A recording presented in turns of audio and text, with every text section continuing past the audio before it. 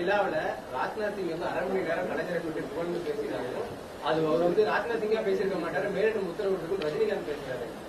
யார் மேலிடம் இப்ப கலைஞரை பத்தி புகழ்ந்து ராஜ்நாத் சிங்க பேச சொன்னது யாரு? என்ன இதெல்லாம் அவளுக்கு கேட்டதாங்க தெரியும், என்ன கேட்டா எனக்கு எப்படி தெரியும்? யார் உத்தரவு போட்டா யார் வந்து பேசுறாங்க என்று நாட்டு மக்கள் அனைவருக்கும் அறிவார்கள்.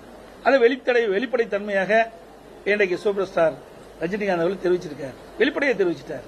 இவர்கள் நாடகம் ஆடுறாங்க, திமுக பாரதிய ஜனதா நாடகம் ஆடுறாங்க. அந்த நாடகத்தை வெளியிலே கொண்டு வந்தது திரைப்பட நடிகர், அவருக்கு நன்றி சொல்லலாம். அதான் நான் ஏற்கனவே சொல்லிக்கிட்டேன். இன்னைக்கு வெளியில பார்த்தா எதிரி மாதிரி இருக்குது, தோற்றம் அளிக்கிறாங்க.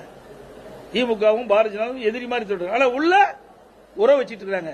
இன்றைக்கு இந்த விடியா திமுக அரசு திரு ஸ்டாலின் அரசாங்கத்தின் மீது 3 முறை மேதக ஆளுகிட்ட போய் ஊழல் பட்டியல் கொடுத்தீங்க, என்ன நடவடிக்கை எடுத்தீங்க? இது வரைக்கும் எதுவுமே இல்லையே.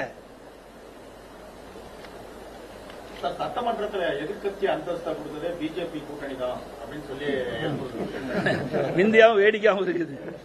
என்ன பண்றது? இதே புரட்சி தலைவி அம்மா அவர்கள் 1998 இன்றைக்கு 4 நாடாளுமன்ற பிள்ளை அதிமுக தான் அவர் பெற்றாங்க.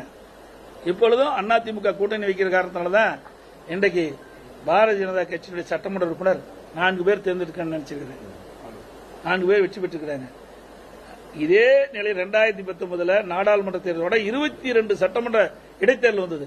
அப்பொழுது நாடாளுமன்ற தேர்தலையும் திமுக போட்டியிட்டது, 2022 22 சட்டமன்ற இடைத்தேர்தலையும் அதிமுக போட்டியிட்டது. ஒரு இடத்துல அதிமுக நாடாளுமன்றத்தை வென்றது. ஆனா 9 இடத்துல சட்டமன்ற இடைத்தேர்தல் நாங்க வென்றோம். அது நீங்க பாத்தீங்கன்னா நிலக்கோட்டையில, உதாரணத்துக்கு திண்டுக்கல்ல நாடாளுமன்ற போட்டியிடுறாரு, நிலக்கோட்டையில திமுக வேட்பாளர் போட்டியிடார் எம்எல்ஏ. அத நிலக்கோட்டையில அதிமுக வெற்றி பெறுது 23,000 ஓட்டுல சுமார். அதுலயே நாடாளுமன்றத்துக்கு பார்க்கும்போது அவர் கூடுதலான வாக்கு வாங்கியிருக்கார் திமுக வேட்பாளர். ஆக தமிழகத்தை பொறுத்த வரைக்கும் நாடாளுமன்ற தேர்தலுக்கு ஒரு மாதிரி வாக்களிக்கிறாங்க, சட்டமன்றத்துக்கு ஒரு மாதிரி வாக்களிக்கிறாங்க. இதே நிலை பாருங்க. 2019 ஒரே ஒரு இடம் தான் நாங்க வெற்றி பெற்றோம், இதே கூட்டணி. பிறகு தேமுதிக கூட்டணியில் இல்ல. 2021 சட்டமன்ற போட்டியின் போது நாங்க 75 இடத்துல வெற்றி பெற்றோம். அதிமுக தமிழகத்தில் ஆள வேண்டும் என்பதற்காக 75 இடங்கள் கூட்டணி கொடுத்தாங்க.